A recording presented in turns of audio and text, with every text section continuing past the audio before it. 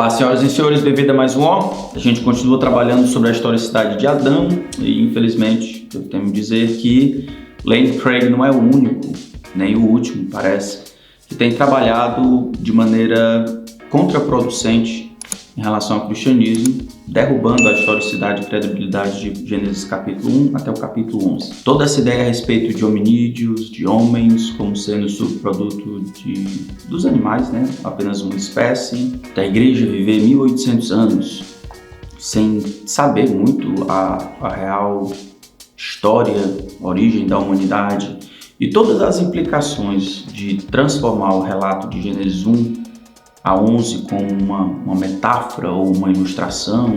Todas essas implicações, elas também são absorvidas por outras pessoas.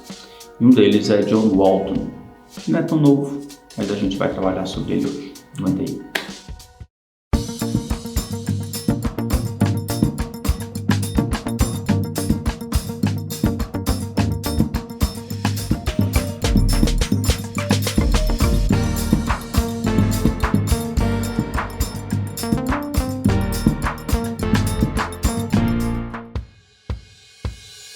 Então, John Walton, que já foi tido como conservador por muito tempo, ele tenta mais uma vez, como outros, tentando ajustar o evolucionismo e as pressuposições dele com o cristianismo, a visão bíblica de que Deus criou as coisas do nada de forma perfeita, instantânea, madura, juntando as duas coisas. Então, ele não é tão novo nessa área. Ele escreveu um livro que a gente tem em português, O Paraíso Perdido de Gênesis. Pode ser conseguido, o livro é dividido em 21 proposições, não dá pra gente lidar com todas elas e algumas acabam sendo corolários de outra.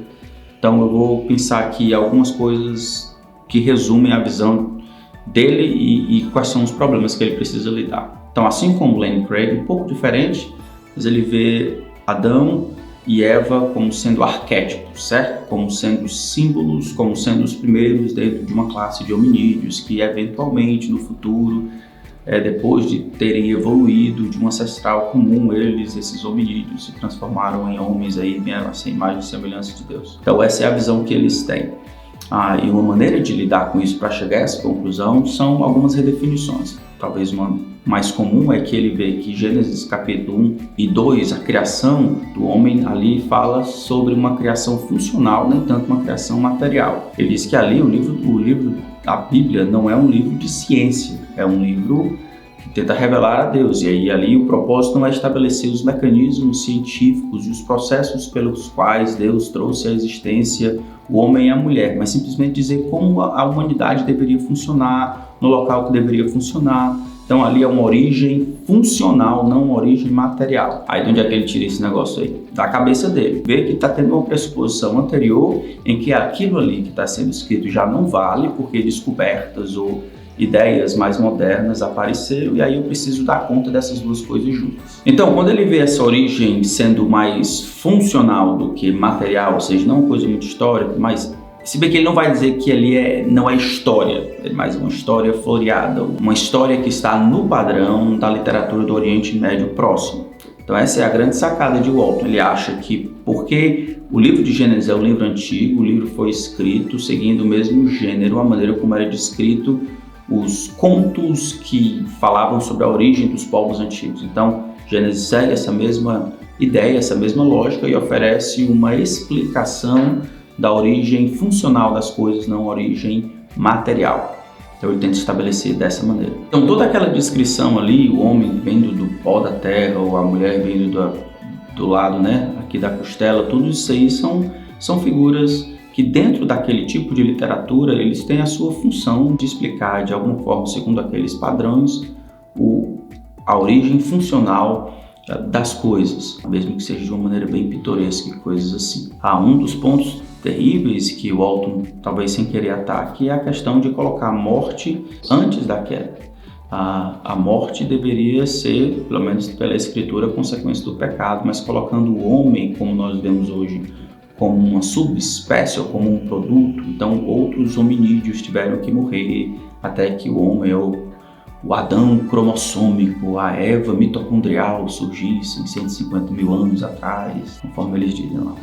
Isso é contrário à maneira como a escritura tem explicado. Para lidar com o relato lá de Gênesis, então eles têm que fazer aqui como se fosse um samba do crioulo doido. Como assim? Então, Gênesis capítulo 2 tem sido entendido de algumas formas.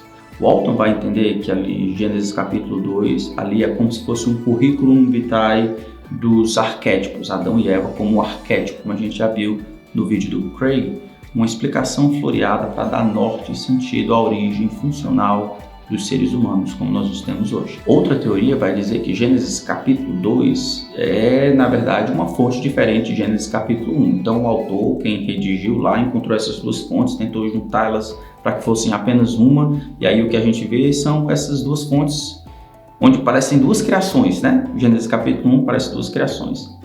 E existe a última, que é aquela que tem sido mais ortodoxa, que é a escola rabínica, o judaísmo tem entendido ao longo do tempo, que é aquela da recapitulação. Gênesis capítulo 1 explica a criação como um todo, e Gênesis capítulo 2 vai explicar como se fosse um parêntese ou uma sequência mais detalhada dos acontecimentos que levaram ao surgimento de Adão e Eva. Então é assim que tem sido compreendido. Aí você pode pensar, não, mas como é que você chega a essa conclusão? Por que eu não posso acreditar nas outras?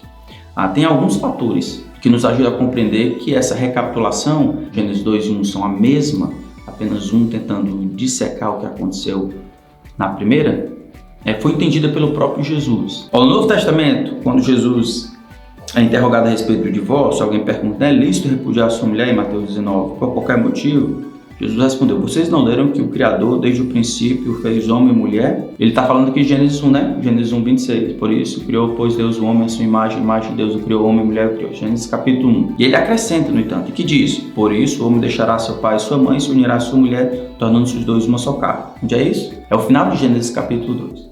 Então, Jesus, ele coloca os dois textos juntos. Então, Gênesis capítulo 1, verso 1 estabelece como se fosse aquele cabeçalho, aquele título maior, no princípio criou Deus os céus e a terra, e depois tem uma descrição detalhada por dia, da mesma forma. Tudo que ele quer dar atenção. Então, no sexto dia, a gente tem o cabeçalho, Deus criou homem e mulher, e tem uma explicação pormenorizada no capítulo 2. Jesus colocou junto, é fácil de compreender. Então, essa teoria de arquétipo, a teoria crítica de duas fontes contrárias, elas perdem quando a gente observa o restante da criação. Gênesis 1 e 2, eles estão juntos, são a mesma fonte, relatando a mesma coisa, só que com maior detalhes no capítulo 2. Por último, sobre essa origem material e essa origem funcional. Então, a descrição, o Walton e muitos que seguem ele vão dizer Deus criou o homem do pó da terra, e esse pó da terra implica em fragilidade, em mortalidade, em limitação. Acho que Deus linkou essa ideia de fragilidade, limitação e até mortalidade com a ideia de ser criado do pó da terra. Mas o link é estabelecido com mortalidade somente depois que a morte é introduzida no mundo. Então, Deus pode ter criado com isso, percebendo no futuro, mas não é a primeira coisa que aparece lá. Ali é uma descrição do que Deus utilizou para criar o homem. Isso é assim porque em Gênesis capítulo 3, depois da entrada do pecado no mundo, o Senhor diz assim no verso 18, ela produzirá também espinhos e ervas daninhas e você comerá a erva do campo.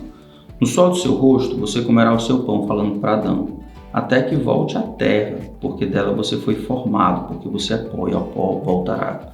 Aqui acrescentem-se algumas coisas dentro desse contexto de maldição. Satanás havia prometido imortalidade, ser como Deus. Deus havia planejado que houvesse essa diferenciação entre Deus e os homens, sempre. E agora isso é ratificado no meio da maldição. O homem vai voltar para lá e Deus diz, você é pó e ao pó você tornará.